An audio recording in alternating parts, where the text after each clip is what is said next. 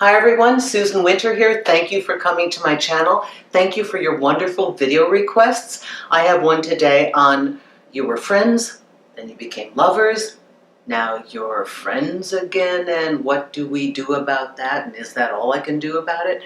So first I want to thank all of you who are subscribers and the wonderful comments and commentary and support that I get on this channel.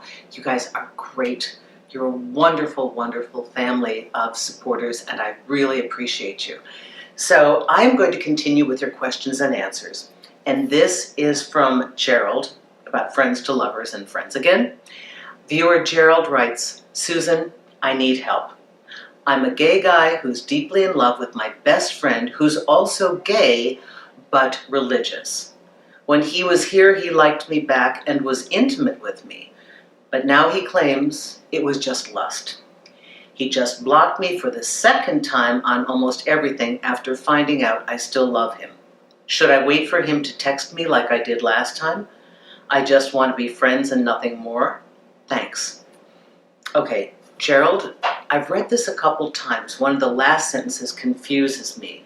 I don't know if you're trying to tell him in order to keep him in your life so he doesn't block you, I just want to be friends, and that's what you think you should be saying, or is it that you really just want to be friends? So because I don't understand, I'm going to answer it both ways. So, relationships, situationships, are very fluid and can get a little tricky. When you love someone as a person, it's easy to have that morph into a sexual experience. And then, because that is new, and that is loaded, because it's romantic, and romantic contains reactive, and reactive means inconsistent, and inconsistent and reactive mean backpedaling. So then you have the glitch. And now this friend that you were so comfortable with, unedited, everything was easy. Now suddenly there's an issue. There's this weirdness, and the weight of this weirdness, and I'm sure, Gerald, you're going through this right now. You know, our best friends, we can let our hair down with them. We can say anything. We're unguarded. Now, when they flip into the romantic partner, we suddenly get uptight, don't we? The same person that we couldn't have cared less about, now we're uptight. And, you know, what do they think? How do I look? Do I look okay? We're trying to impress them. Oh my goodness, it's a nightmare. Then, even more confusing, if you've crossed that line and they don't bite the bait to have you be the lover, or they get skittish, then are you the lover that evaporates and you should just go hide away, or how do you go back to being a friend? Is that even possible? Well, yes, and yes, they're all variations of what can happen. So what is important here is you've got to know what you want more. Do you need this person in your life, and are you willing to be their friend? And can you program your mind to not want them romantically, not see them romantically? And I only say that because sometimes you can't. Sometimes that interaction was a moment. You know, love, when it's this profound, it bleeds over into a lot of different feelings. And it could be that perfect moment where you look at each other and feel sexy, and something happens. And then you don't know where to put it. So that's why people run away.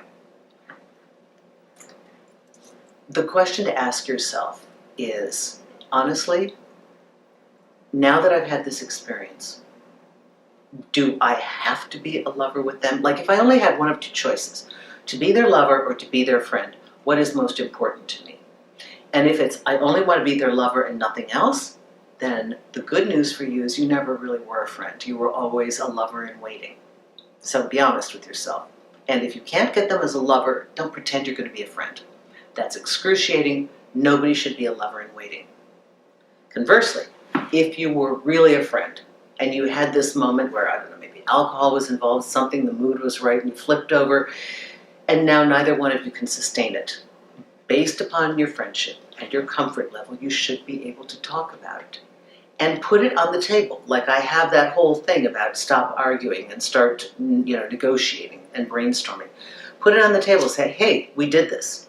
Now, I know you don't want to do it. Okay, so what should we do about this? And then talk it through. And if you need a little time away, take some time away, but stay connected. And then always, always, always, in all of these cases where things are not going exactly as you'd like them to, make sure that you check in with how you feel about it. Remember, if staying a friend ends up hurting you because you really want them as more, you really do have to move on. If you can't reprogram your mind to simply see them in that fashion, then you must really consider moving them to an outer circle of your priority level and your relationship. So, Gerald, I hope this helped you. Thank you, everyone that writes here. Thank you, because one note, one letter, one question speaks for thousands of viewers. That's what I love about this medium. And if you'd like to work with me, you want my advice on consultation one-on-one, you can chat me up on Magnifi, which is by the minute. It's a free app. International, it's Android and it's iPhone. Or you can book a session directly on my website, either me for the day or me for an hour, 45 minutes. Thanks a lot, everyone. If you'd like to listen to this, it's on iHeartRadio, The Susan Winters Show. Thank you for joining me, and thank you for tuning in. Bye-bye now.